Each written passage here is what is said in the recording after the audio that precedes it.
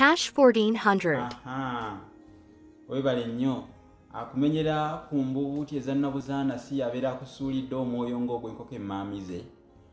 Era aba akulukidde emigomo. Olina naawe kutetenkanya nga maaya eri eyambaza abaana n'okwesiima ate n'okusiima nga nandegejje todde mu lusiinya. N'otofuuka nga bamalokooli. Nze munnabusiro wammwe. Kati enjawulo eriwo wakati w'ebisoko bino bibiri, okunnyika ebyayi mu mazzi n'okunnyika ebyayi mu nsuwa yeeno.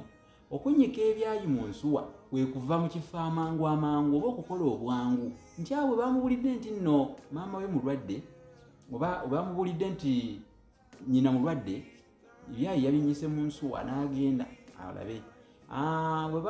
Ate okunnyika ebyayi mu mazzi kwe kuva ku nsonga. Ebyo byawule. Obyawudde nkakasa. Likey